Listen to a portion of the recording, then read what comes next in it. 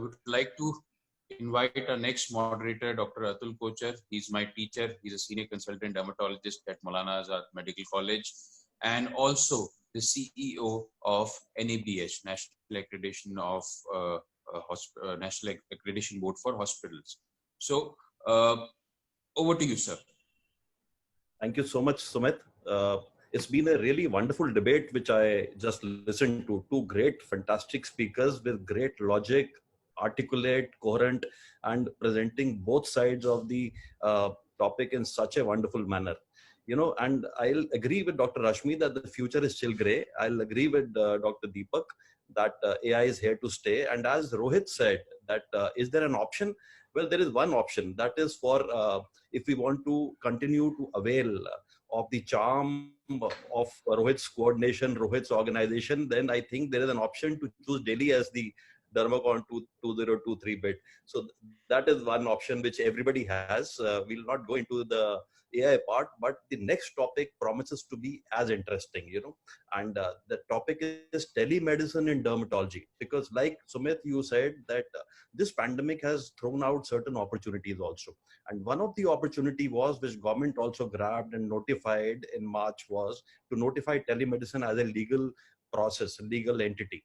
And this is still finding its feet. But now we have to debate. We have to look at all aspects of the argument, whether telemedicine will stay beyond lockdowns in dermatology specifically. And to argue both sides of the question, there are two wonderful speakers. You know, starting for the topic, we have Dr. Himanshu Gupta. He will be speaking for the topic. He did his MBBS from Maulana Azad Medical College. He did his MD from ESI, and he's winner of so many fellowships. And what he does is he's having his own clinic, Skin Connect chain of clinics, and he's a passionate cricketer, and he plays the synthesizer also. So he's a music aficionado also. On the again side, we have a wonderful, very charming Dr. Ashim Singh, and she did MBBS and MD from Lady Hardinge Medical College, then went on to do senior residency from AIIMS, and she's working at a very prestigious hospital chain. She's a renowned dermatologist, and also she's a very passionate music aficionado. She plays the guitar, both the Spanish and the Hawaiian, and she sings also. So I think it's my prerogative, my privilege to listen to this, because all of us are learning in this process, because the basic aspect of this thing, and we'll announce a winner also. I mean, at the end of my debate, Rohit backed out, but I'm going to announce a winner, right? So I'll request first Dr. Himanshu Gupta to take the mic, take the stage. Himanshu, you're there? Yes, sir. Yeah. So Himanshu, you are now speaking for the topic, right? You have 7 minutes. Thank you, sir. Thank you for the introduction. Very good morning to all of you. Let me just share my screen. So after a long time, I guess it is again Mamsi versus Lady Hardinge. It's always. So I'll be talking for the motion. Telemedicine in dermatology is here to stay beyond lockdown. Now, this is a quote by Mrs. Sangeeta Reddy. She is Joint Managing Director of Apollo Hospital chain. Care is shifting from hospital to the clinic, from the clinic to the home, and from the home to a 24/7 ubiquitous access to care driven by the mobile phones. Telemedicine uses the different modes of communication, audio, video, text-based. Now, main motive is to reach the one who is difficult to reach. There are number of benefits of using telemedicine or telehealth. It increases the access of care to the patient, improves the quality of care delivery because they do not need to take time off from work, reduces the overall healthcare cost. It enhances the traditional face-to-face medicine, improves patients' engagement and satisfaction as there is less time in waiting rooms. It also improves provider satisfaction because it increases the practice revenue. While you are on the go traveling, you can still do consultations through teleconsultation. It allows a patient to see a doctor while continuing the family responsibilities, particularly in case of female, when they have to render child care, they can work from home. There are less chances of catching a new illness in current times of COVID-19. In future also, there will be disasters, there will be pandemics, war situations. Teleconsultation has got a future. Now, teledermatology is a branch of dermatology which involves application of electronic communications and IT to transmit the information between the patient and the dermatologist. and vice versa for research also. Now, telemedicine is just not about between patient and dermatologist. It can also be between caregiver to the registered medical practitioner, between dermatologist and another dermatologist. Also, it can be between a healthcare worker to dermatologist. We will see different examples. The classification is done according to various modes used. They can be store and forward, which is asynchronous through messaging, text messaging, WhatsApp. It can be real time, synchronous, where we use a telephone for audio consultation or a video consultation. It can be hybrid, where both of methodologies are used through different apps, and browser-based apps also used. Now, as we are doing normal consultations, there are different parts: history, examination, investigations, invasive procedures, also sometimes assisted with teledermatology. We have different components. The signals are converted, and again, they are encrypted signals are evaluated at the service provider end. Now, it is teledermatology is again similarly classified as our telemedicine, where we do conventional routine consultation, or we do a tertiary care for difficult to manage cases. For regular practice, we can use the store and forward method. For tertiary dermatology practice, we have different online discussion forums. We will be discussing this also. Now, there is a difference between store and forward, a hybrid technique. Now, patient satisfaction is best when we use the hybrid method, both store and forward and the video consultation. And the diagnostic accuracy is also best when we use the hybrid mode.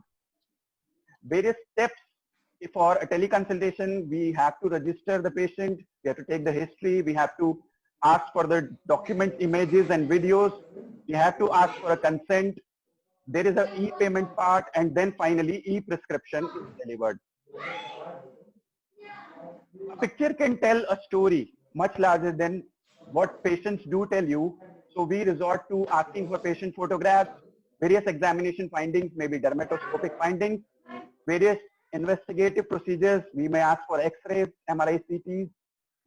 Gross pathology and slides also is important when we are resorting to dermatology consultations, to teleconsultation. An image is better than 1,000 words. Now, there has been studies where relative value of telemedicine practice in different specialties has been compared, and for dermatology and wound care, it has been seen the relative value is very high. Dermatology is ideal choice for telemedicine, similar to radiology, as we are having a visual specialty. There is availability of clinical and histopathological images for diagnosis. We can have various indications. We can diagnose the routine cases or spotters. We can do the follow-up care for chronic cases. We can do follow-up of some procedures for investigation procedures, like a PAT test is done in allergic contact dermatitis. We can reduce the number of visits of the patient if we resort to teledermatology. We can do triage in terms of skin cancers, melanomas. For dermatosurgery, also we can do triage in counseling. We can resort to second opinion for difficult to manage cases, and also continuing medical education to train the residents, and updation of knowledge can be done through teledermatology.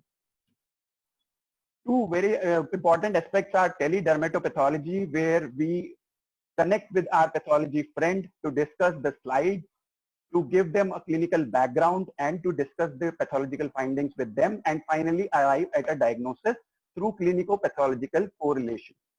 Also, we have to resort to teledermoscopy findings, because sometimes the dermoscopy findings are not really clear, and we can resort to taking help with our colleagues who are much more versed in dermoscopy.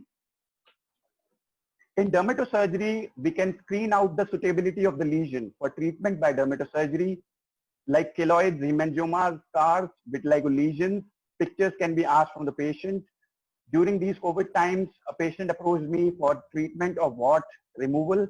I asked for the pictures before calling the patient at the clinic. Because the warts were on the face, I ensured that I could do the procedure while the patient can wear the mask, and then I called the patient for appointment. Monitoring of leg ulcers can be done by reducing the number of visits. I have a leg ulcer patient in my follow-up since before lockdown, and I have been following him up throughout this lockdown through teleconsultations. And even after this lockdown has converted into an unlocked down now, even then I am following up the patient through teleconsultation. For patients who are asking for laser-assisted hair reduction for hirsutism. They can be counseled through teledermatology. Various aging changes of skin can be assessed through teledermatology. Our hair transplant surgeon friends and dermatosurgeons who are into the field of hair transplantation, they regularly use images of scalp for counseling of the patients. Video counseling can be used for pre-surgery counseling for aesthetic procedures. Follow-up care after an aesthetic surgery is routinely provided through teledermatology.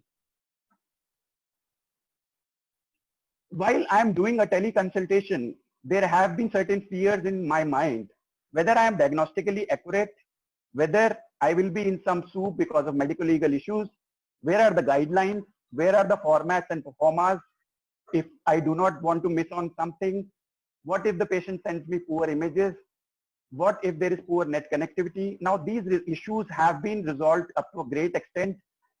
Smartphones have penetrated even up to rural India, so we do not bother much about poor images nowadays.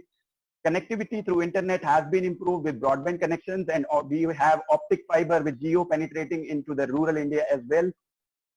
Regarding diagnostic accuracy, it has been studied that for store and forward method, the diagnostic accuracy is 89%, and it can increase up to 90 to 98% if we consider differential diagnosis as partial agreements. Now, this is a flow chart where a general practitioner can also consult a dermatologist for routine consultations, and dermatologists can resort to fellow colleagues through online discussion forums, through various media to get their help for making a final diagnosis, which is tertiary teledermatology. We have been a regular part of online discussion groups even before the lockdown. We have this ACAD IDVL Google group. We have the Indian Journal of Dermatology group on Facebook. We have various WhatsApp groups where we routinely discuss our difficult to manage cases. RX term was a popular thing, now routinely used nowadays. Now regarding the guidelines part, on 25th of March, our moderator has already told about this. A board of governors in suppression of MCI, they have come up with telemedicine practice guidelines in partnership with NITI Aayog to resolve our medical legal issues concerning the telemedicine practice.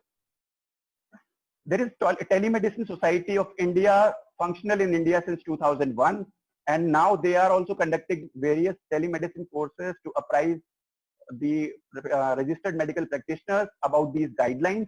Even I have done a similar course and I have been certified to follow up the teleconsultations. Our association IADVL has also come up with telemedicine practice guidelines for the members in April 2020 based on the Board of Governor guidelines. Regarding the continuing medical education, we all have busy clinical practice.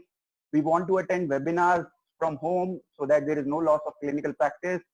Also, there are sometimes recordings, video recordings we watch as per our convenience. There are platforms like OmniCurus, in association with IADVL, which certifies also, which gives you certificates also for various CMEs. IADVL website hosts Dharma Gyan series of video lectures, which also uses, which also helps you to upgrade your knowledge.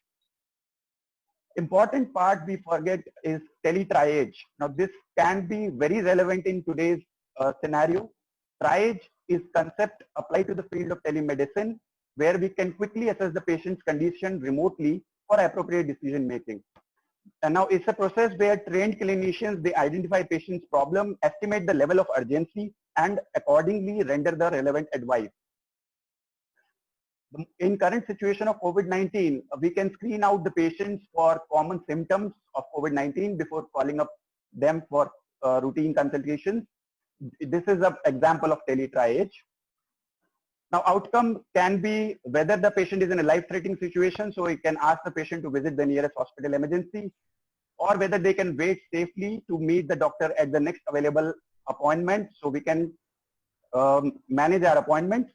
Or patient, yes sir, I'm into the last few slides. Whether the patient can be advised on care plan at home through teleconsultation and providing e-prescription. Triage reduces the waiting time of the patient drastically. So these are the advantages where consultation is provided without exposing staff to viruses or infections, reducing the risk to both healthcare worker and patient, reducing the multiple visits, and also saving the cost and time. IADVL also came out with certain position statement. First on 15th March, they themselves advised that clinics can institute a phone or WhatsApp triage, monitoring the patients for follow-up visits or laboratory investigations. Again, on 22nd March, they gave a statement where they asked the members to, before giving appointment, they should do tele-triage of the patient. Practice management cell of IIDVL has also come up with telemedicine guidelines because we have to maintain social distance. We want to avoid any kind of contact with people coming from unknown background. IIDVL also conducted a webinar on the last day of the lockdown, 31st of May, because they know that this is going to stay even after the lockdown. They have come up with a document where they themselves have recommended and encouraged the members to perform telemedicine practice and provide care to the patient. They also have given us performers for case record form and also for consent. Now, all of us have seen this cult movie in 2003, Munna Bhai MBBS, where our lesser known star of teledermatology went unnoticed. 10 years down the line, our lesser known star is on the front poster of the scenario. All of us think that Corona has risen this lesser known star to a stardom, but this is not so. This star is there to stay even after the lockdown. Dr. Hashim, it is not that difficult to diagnose a patient over the phone. You don't have to create a magic, though it is magical when you provide care to the patient when sitting at home. Also, it's not that difficult. You just have to learn it. Initially, you may be cautious about the spots, but later on you will sing along, believe me. Thank you so much. Thank you, Dr. Himanshu. I think that's a very wonderful take. And you've justified your stand so well. You made a very strong case for the importance of teledermatology, and you've shown us that IIDVL also endorses. So, I mean, but before we form any opinion, I think we have a right, and she has the right to present her case, Dr. Hashim, and we are looking forward to your against the topic discussion. Please. Hi, everyone. First, I think I'll start sharing my slides. Okay.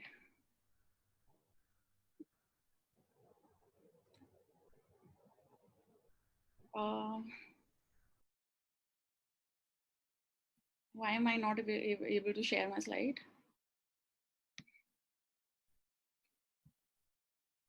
Can Jatin help me with this? Technical support. Yeah, calling. There are so many questions pouring in between, but we'll wait for them. Don't worry. I mean, you are just supporting your stand that telemedicine can go wrong at any time. This can occur. So that's a very strong point, very subtle but strong point. I mean, we get that. You get 2 points extra for that.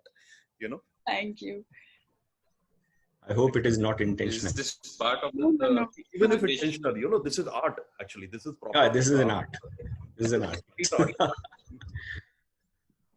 And Vinay is taking the stage right now. So, seeking the opportunity, another dermatologist has entered the arena. There is making use of his time that he has come early. So why not use his time? Why to sit quietly? Yes, and meanwhile, I'll just before Dr. Hashim gets her screen thing right, there are so many questions. Dr. Zeenat from Dhaka.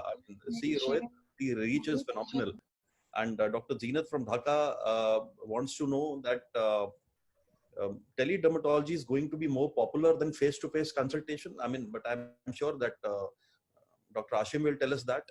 Dr. Sanjeev wants to know what is the current legal status of teledermatology. So I think that is fairly legal now. Board of Governors has notified, Government of India notified after that thing. I think it's there now. Dr. Hashim, please take over. Yes, they're on. Yeah. So we have this heated discussion and personal allegations on teledermatology beyond lockdown. So is it here to stay? So Dr. Himanshu has already made my job quite easy by listing his limitations with teledermatology. As we all know, teledermatology is only skipping the general practitioner part, but we're still not able to reach the specialist part of the dermatology. And dermatology being a specialist field, we will not be satisfied with just giving primary health care and just giving follow-up advice. We always want to see the patients afresh. And obviously the patients will also be more comfortable seeing a dermatologist rather than just looking at their phone, and also being touched and being examined by a dermatologist properly and believing that the patient care is happening in a proper way rather than just a telephonic conversation. So it does skip the need to visit a clinic, but and dermatology being a visual field, and it also being a specialist field and a procedural branch, it will never give the satisfaction to a dermatologist to practice correctly. It has been a boon during the lockdown because we were not able to see the patients. It not being an essential service, we were denied the right to open up our clinics. But beyond lockdown, what about all the pending procedures? What about the patients who need procedures? And what about patients who need even just injections? They cannot be given through a laptop or a phone. And what we have been able to achieve through teleconsultation has been consistent growth of the teleconsultation matters. We have got a sense of the workings of applications, of payments, of medical legal procedures related to it, of how the patients respond to it, and how the follow-up has been. So teleconsultation is here to stay only during lockdowns, during emergencies, during traveling, but it is not going to replace in-person consultation. So what have we been able to achieve during this lockdown? Just primary care. We've been able to give only first aid to the patients. Like Dr. Himanshu already told us that he's been following up his old patients, but he never mentioned that he's seen a new patient. A new patient has only been a spotter. I agree, a spotter can be diagnosed on a teleconsultation, but what about the other patients? The main clinical pool of dermatology cannot be discussed or diagnosed in teleconsultation base. A lot of things which we need for diagnosing a patient correctly are dermoscopy, biopsy, which cannot be done through teleconsultation. We need an inpatient visit. So we have only been able to counsel the patients. We've only been able to refer them to an emergency service when they have needed it. And we've only been able to delay them to the post-lockdown era so that we can finally now see them, diagnose them, manage them properly. And as he already told us about tele-triage, so we've been just able to triage them, refer them, and counsel them. Counseling has been the only boon during the teleconsultation. And besides that, as the teleconsultation practice guidelines have already been laid by MCI and also our IADVL, these flowcharts, they all end up to a personal consultation. A teleconsultation is only limited to a few first aid or primary healthcare services or triages, and they all end up to patients who cannot be treated with a teleconsultation. This is just one example, one of the flowcharts. So as dermatologists, we know we're all specialists and we go back to basics. It's not just the patient history. We cannot just rely on what the patient is telling us. We have to, besides asking questions, examine them. It's not just looking at the pictures. We also have to touch and we have to feel how deep the lesion is, what is the consistency of the lesion. This is like our first lecture of dermatology in our MD practices. So it's not just inspection, it's also the palpation, all the basic morphologies of basic skin lesions. So it's not just macule, papule, it's also a nodule, an abscess, it's also a cyst. There are plaques, there are so many things that we have to eventually identify.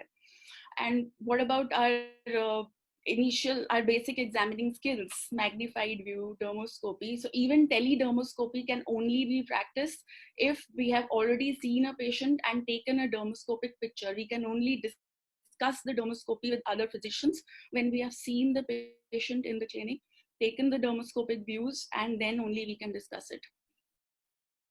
So again, it's only for follow-ups, not for first patient consultations.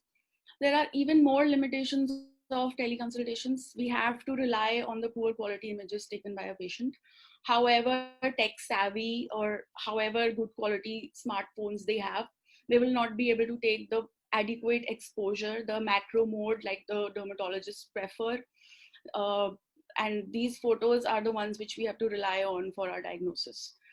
What about the scalp and other hairy areas of the body? The scalp pictures cannot be taken by the patients on their own. And even if somebody else is taking, the proper zoom cannot be made sure of. And what about mucosal surfaces? Adequate exposure, it has to be adequately manipulated to take the correct picture. And these things can only be seen by naked eye. Sometimes they cannot even be captured on a phone. Then besides this, total body skin examination cannot be done on teleconsultation. These are all examples that teleconsultation is only a secondary thing which will last only during emergency situations, and it will not replace our practice. Besides that, as we all know, we need to be satisfied to be able to treat our patient, and our patient also needs to feel satisfied so that we can treat them. If they don't trust us, if they don't believe us, if they don't believe in the system, they will not even heal. As we know that touch will also create a healing bond in healthcare, and just a touch, just a little sympathizing nature from the doctors will do half the job. So patient psychology plays a lot of role. This is happening. We have observed this as the unlockdown has happened. Patients have started calling in more for personal consultations, and they were all skeptical during the lockdown time about an online consultation. They kept on calling about, doctor, when are you starting your practice? When are you starting your practice? And now suddenly the practice has started booming. They were waiting. And even if you're continuing with online consultations, the patients are changing over to those doctors who are doing personal consultations.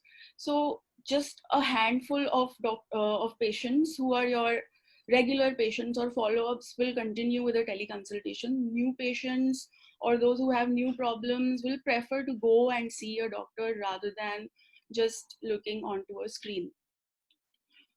Another limitation is that we can prescribe only a limited number of drugs.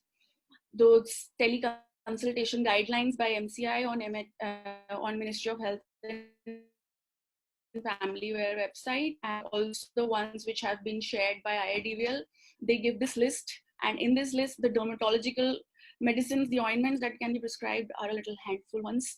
We cannot prescribe advanced drugs, and obviously we cannot prescribe any injections.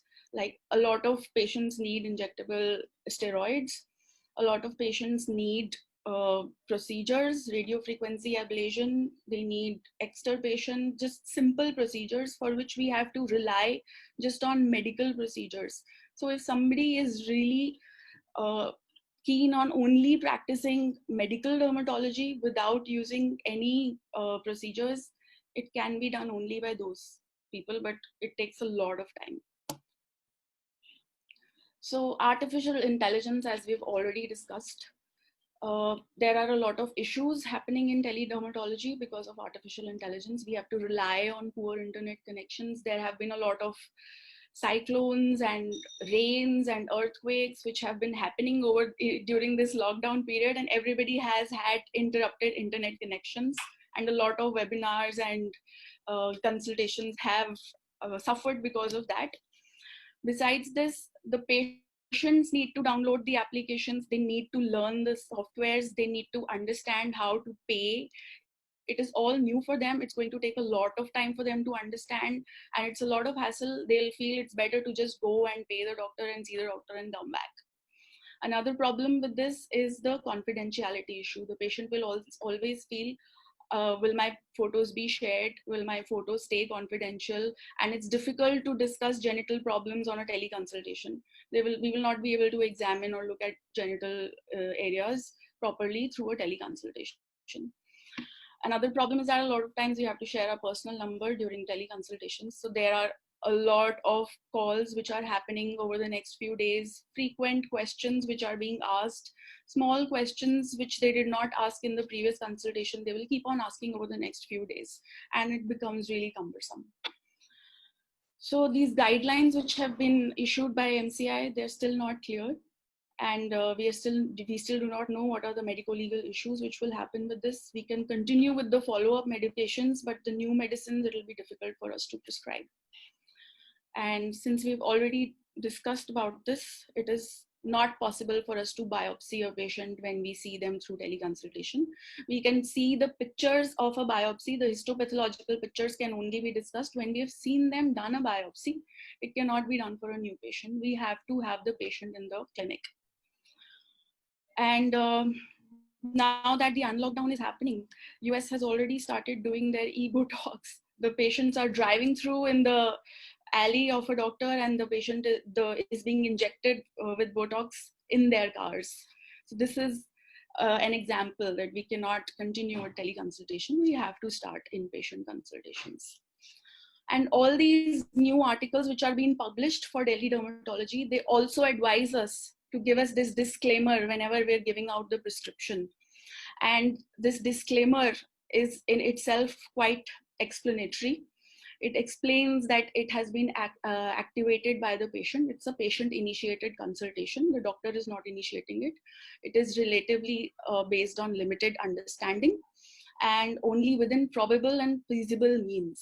And this consultation can never match that of a direct physical patient to doctor consultation. It has its own limitations, and it is not a treatment in itself. And the patient should, all said and done, visit the doctor whenever there is the earliest favorable situation for the correctness and completeness of healthcare delivery.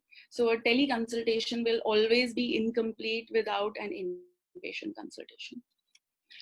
And our Dermocon Delhi bid has already given out this creative for us since during the COVID era, how to start your practice. There are a lot of precautions which have been described for us to follow, including self-care, clinic care, patient care. All these things have to be followed. So teleconsultation is here to stay only for primary healthcare and not for replacing our general practice. Thank you.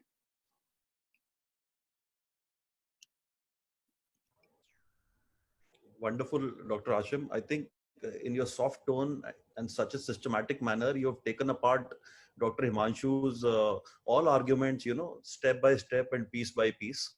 So Dr. Himanshu, you have 1 minute for rebuttal before we take the questions. And I must tell you, you are on a very tricky wicket here, actually, being a passionate cricketer. This is not a smooth wicket. And all questions, I mean, there are so many questions from you, for you. Yes. Whose screen is this? Not mine.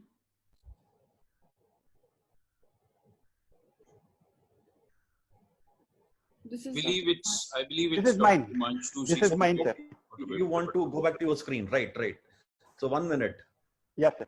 Dr. Hashim has herself made it clear in the last statement that teledermatology is here to stay. The topic was never it will replace, teledermatology will replace the in-clinic consultation. Yeah, past lockdown also. Now patients, we have to screen out even after the lockdown. Patients have to be maintaining social distancing. We have to limit the consultation time to less than 3 minutes so that we don't get the COVID. So that consultation time can be limited with resorting to teletriage and asking for previous prescriptions, investigation reports previously before the patient visits the clinic. So it's all about previous patients. Dr. Hashim, you will get 1 minute. Just let me speak for 1 minute. So what will happen to the pediatric patient post-lockdown? Less than 10 years, pediatric patient more than 65 years, pregnant females, those with comorbidities, cardiovascular disease, diabetes, they will still not be visiting you at the clinic. They still require dermatology consultation. What about rural India, villages, suburbs, remote geographic regions? Interstate borders have been sealed. Still after lockdown, patients have difficulty visiting you. Difficult to manage cases where we want second opinions. Still we will be requiring teleconsultation. If a dermatologist himself is more than 60 years of age and they have been advised to refer the patient to a working colleague, why not do teleconsultation yourself? The guidelines have been released for post-lockdown consultations, in-clinic consultations, and they have said all non-essential visits, they have to be curtailed. So this can only be possible with teleconsultation. Another thing, COVID also has some skin manifestations, imagine a scenario where a corona isolation ward or corona ICU gives you a call for dermatology referral. Would you prefer wearing a PPE and entering that ward, or just advising the patient regarding teledermatology through your mobile phone at home? Also, necessity is the mother of invention, and then imagination is the father of creativity. In clinics, you have to install these spatial things. This is a smart COVID clinic. Our friend Dr. Kashish Kalra has erected a screen in front of the patient. So how you will give the healing touch across this screen which you are talking about. Regarding the medicines, IDVL is taking up the matter with the MCI and Board of Governors to include specific drugs for dermatology. Also, you talked about payment. Still at my clinic consultation, I'm asking the patient to do digital payment, not giving me cash because I'm scared of corona. Maybe you are not. We can always give separate number for teleconsultation. Do not give your personal number. That is my advice for you. And also Wonderful. always give slots. Always give slots for appointments so that patient do not give you trouble during your personal hours. Only during the working hours they should contact you. That's my case. I rest it to Himanshu is a seasoned debater now. I think you have justifiably rebutted all Dr. Hashim's point. So Dr. Hashim, you also get 1 minute.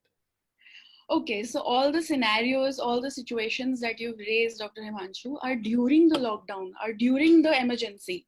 Once the emergency is lifted, once the corona is gone, which we already know is becoming weaker, the recovery rate is improving, even if the number of infections is increasing. Sorry? So even if screen can go, you can stop. Yeah. So these all situations are valid only during the emergency situation. And they will not be valid once coronavirus goes away, and which we know will eventually go away, or we will all learn to live with it.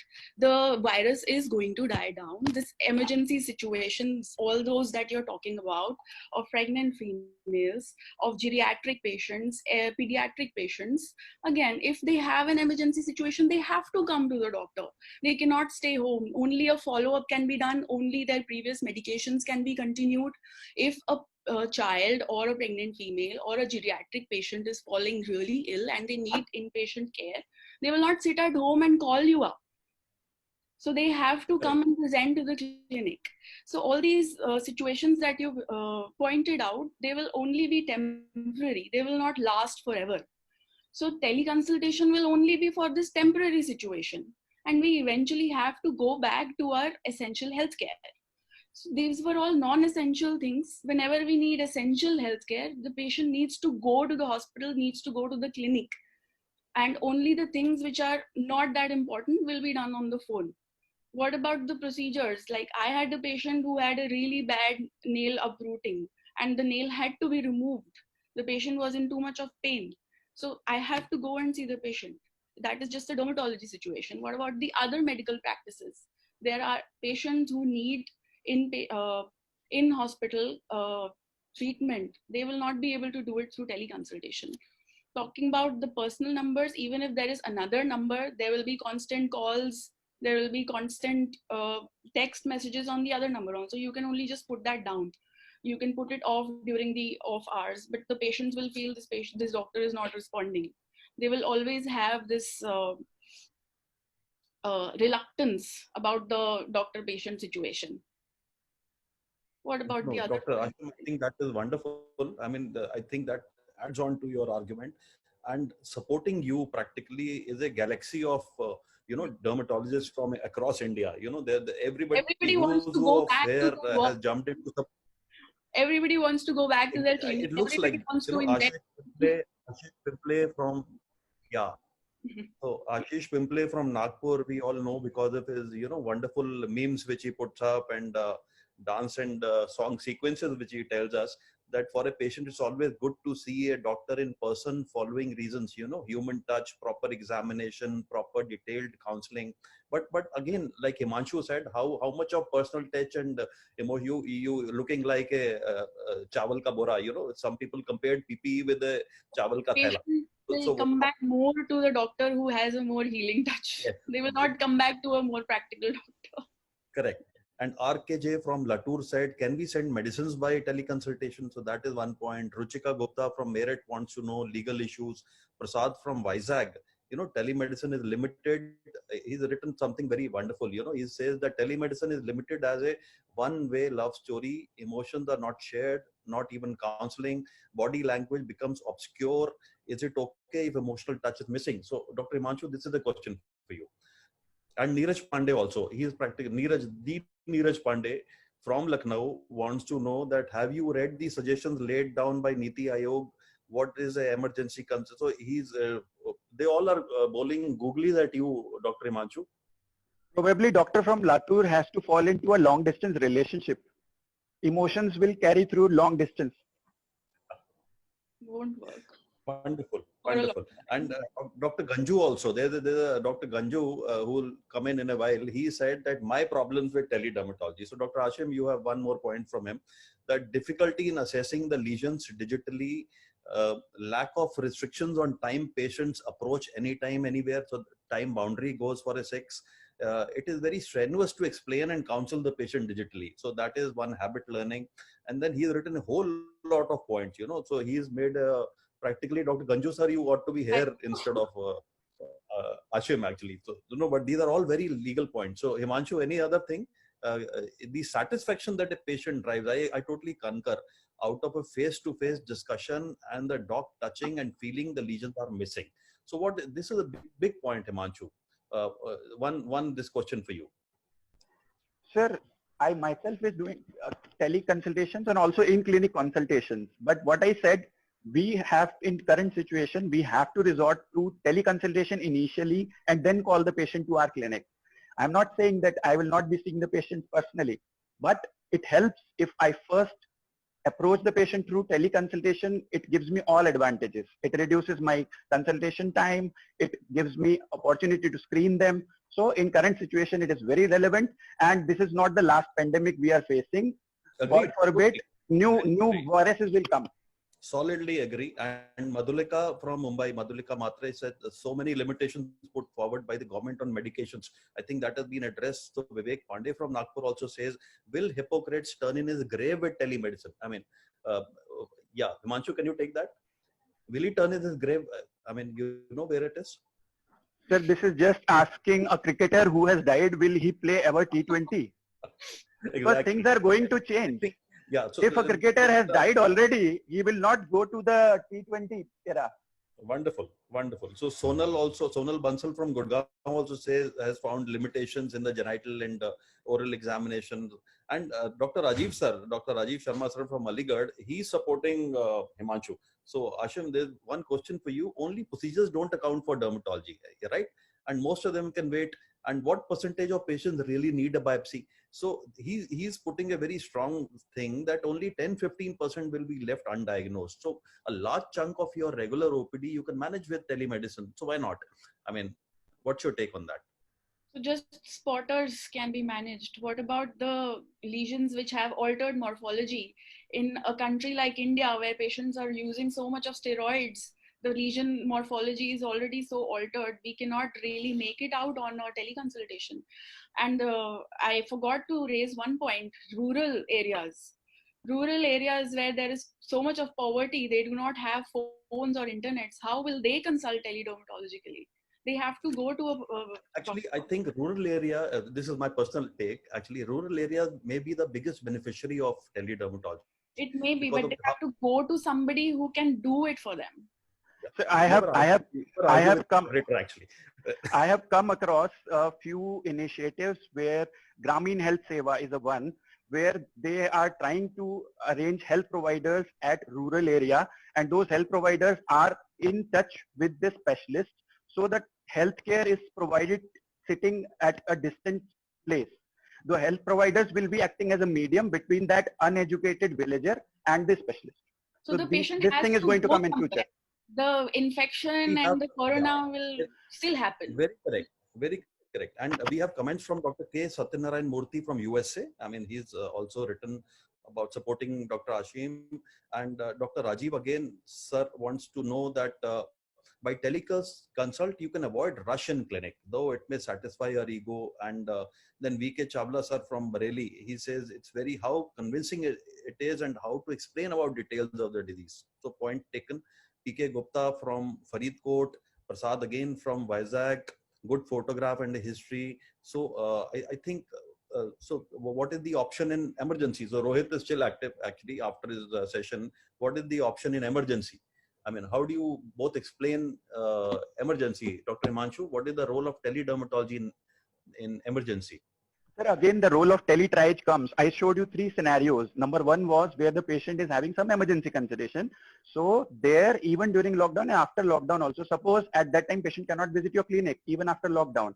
It's 9 in the night or it's 10 in the night. You can just advise primary first aid and advise the patient where to contact at that point of time, where he should visit. Sometimes patients do not know where they have to go. So you can guide them. I'm not saying that you will treat sitting at your home, but you can guide them through teletriage. So wonderful arguments from both sides, but I think to redeem yourself, to find a winner, the only arguments will not suffice. So each one of you, I'll request, Himanshu, for you first, you said that you play the synthesizer and you can't play cricket obviously, but that synthesizer you have to play for 30 seconds or 1 minute. You have that handy? Yes, sir. And this is a surprise, Rohit. So don't, right? Yeah. Equal to you.